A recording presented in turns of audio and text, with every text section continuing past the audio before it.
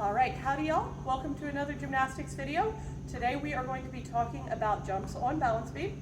As always, remember that this is meant as guidance for people who are taking a class at a USAG or other member facility with a qualified coach, not just for messing around at home. We don't want you getting hurt because you're trying things without help from someone who knows what they're doing, okay? For your jumps on the balance beam, there are a couple of prerequisites. First off, you need to be able to stand up and walk around confidently on the balance beam. We talked about that more in our last video. If you cannot go back and forth without wobbling or feeling like you're going to fall off every step you take, jumping is going to be really difficult. Just like if you can't walk on the ground, it's hard to jump on the ground. So make sure you're solid with that. Second thing, you need to be able to hold a releve for 10 seconds. So for that, you take a step forward, you lift up to your tiptoes, close your feet together, front heel touching the back arch, squeeze your knees, squeeze your bottom, try to push your toes as far away from your hips as you can. You're holding for 10 seconds, trying not to wobble. Then you step back and recover. And then ideally you also do that with the other foot in front, so you build equal musculature on each side, but we're going to skip that for the sake of time. All right, your next thing is a plie, stretch, land. Those are the three positions that you're going to use in your jump, but we're not going to actually jump yet. So for that, you start with your plie.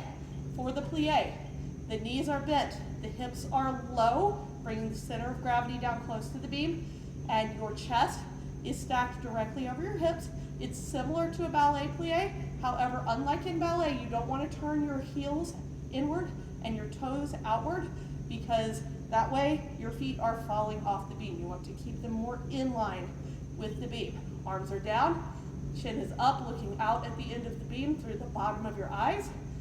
That's plie. Then stretch. You swing your arms forward and up to your ears.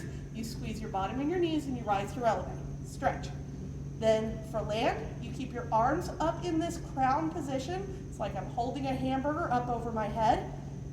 And your legs come back to plie. So plie, stretch, land.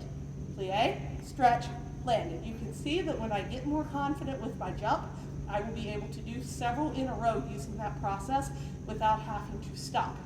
So now your next thing is to actually do the jump.